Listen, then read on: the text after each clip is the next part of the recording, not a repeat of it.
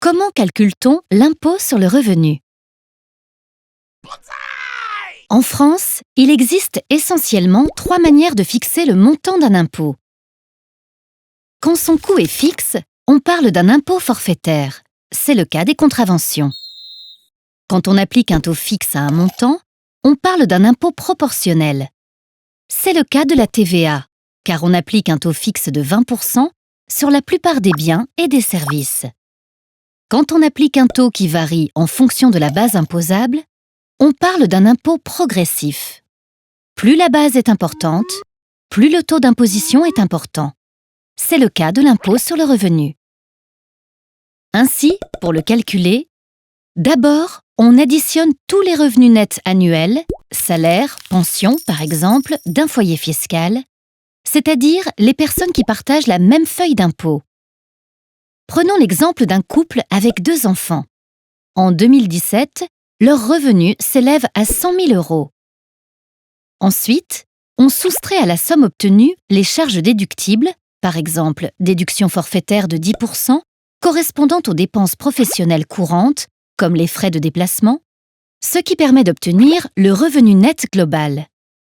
Après la déduction forfaitaire de 10%, soit 10 000 €, le revenu net global de notre couple est de 90 000 €.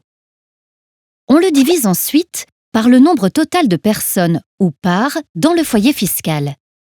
Le père et la mère représentent chacun une part et les 2 enfants représentent chacun une demi-part.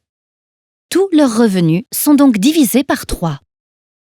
On obtient ainsi la base imposable, également appelée assiette fiscale, c'est-à-dire le montant qui va servir de base au calcul de l'impôt.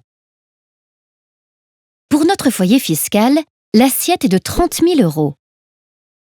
Enfin, on applique à cette assiette le barème de l'impôt sur le revenu qui est composé de 5 tranches d'imposition.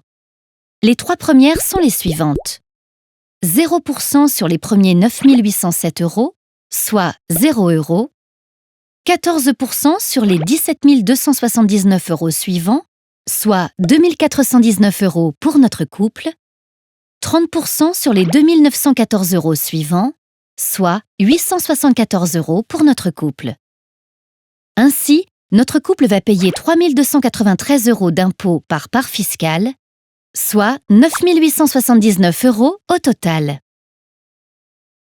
En France, 50% des foyers fiscaux ne paient pas d'impôt sur le revenu. Compte tenu de son mode de calcul, l'impôt progressif permet une redistribution des richesses et une réduction des inégalités entre les foyers fiscaux.